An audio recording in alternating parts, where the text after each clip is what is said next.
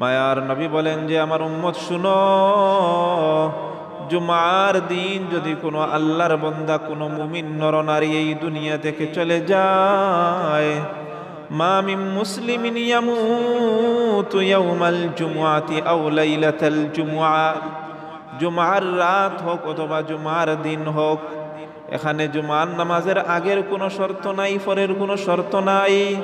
জুমার রাত অথবা জুমার দিন সূর্য উদয় হতে সূর্যাস্ত পর্যন্ত। আবার জুমার রাত হলো যে আমাদের কাছ থেকে চলে গেছে বিগত যে রাত, এটা জুমার রাত।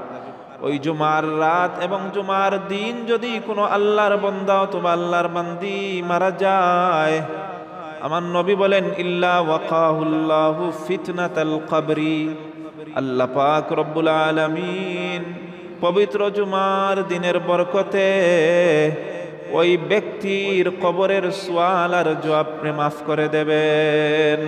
সুবহানাল্লাহ, কত বড় ফজিলতের দিন শুক্রবার। কিন্তু আজকে আমাদের মধ্যে এই দিনের কদর নাই, মর্যাদা নেই।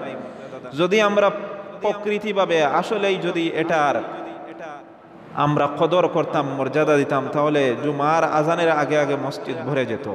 অনেক জায়গায় দেখা যায়, বিয়ানীবাজার কেন্দ্রীয় মসজিদে দেখা যায় জুমার আজান হওয়ার আগে এক কাতার ভরা। এইভাবে মানুষ যারা শুক্রবারের কদর মর্যাদা উপলব্ধি করতে পেরেছে, মসজিদ ভরে যায়। কারণ শুক্রবারের এত দাম নবীর বিভিন্ন হাদিস মুবারক থেকে জানা যায়। অন্য এক হাদিসে নবীজি বলেন, মা মিন মালাকিন মুকাররাবিন ওয়ালা সামাইন ওয়ালা জিবালিন ওয়ালা বিহারিন ওয়ালা জিবাল ইল্লা হুন্না ইউশফিকনা মিন ইয়াউমিল জুমআহ। নবী বলেন দুনিয়ার প্রত্যেক জিনিস, মানুষ আর জিন্নাত ব্যতীত, পাহাড় পর্বত থেকে নিয়ে সমস্ত মাখলুকাত, এমনকি জিবাল ও বিহার, পাহাড় পর্বত থেকে নিয়ে সাগর পর্যন্ত প্রত্যেক জিনিস এমনভাবে ভীত, এমনভাবে সন্ত্রস্ত হয়ে যায় যে না জানি আল্লাহ আজকের দিনেই কিয়ামত হয়ে যায়। কেননা নবী বলেন কিয়ামত যেদিন হবে শুক্রবারেই হবে। এই জুমার দিনও সকালে সূর্যোদয় যখন হয় এই সূর্য উঠে, শনিবারেও সেম সূর্য উঠে, রবিবারেও সেম সূর্য উঠে, পুরা সপ্তাহ প্রতিদিন সূর্য উদয় হয়। সেই সূর্য স্বাভাবিক প্রতিদিনের সূর্য একই, কিন্তু নবীজি বলেন শুক্রবারের সূর্যের দাম আল্লাহ বাড়িয়ে দিয়েছেন।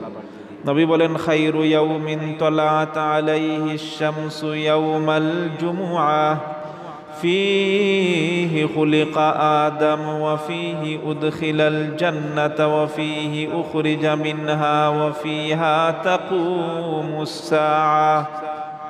নবী বলেন চারটি জিনিসের কারণে শুক্রবারের সূর্য উদিত হওয়ার সাথে সাথে সেই দিনের মর্যাদা এত বেশি বেড়ে যায়। কারণ এই দিন আল্লাহ নবী বলেন আমাদের আদি পিতা আদম আলাইহিস সালামকে আল্লাহ সৃষ্টি করেছেন। এই দিন আল্লাহ তাআলা আদম আলাইহিস সালামকে জান্নাতে প্রবেশ করিয়েছিলেন। আবার জান্নাত থেকে এই শুক্রবার আল্লাহ তাআলা আদম আলাইহিস সালামকে দুনিয়াতে প্রেরণ করেছিলেন। আবার আল্লাহ তাআলা এই শুক্রবারেই কিয়ামত সংগঠিত করবেন।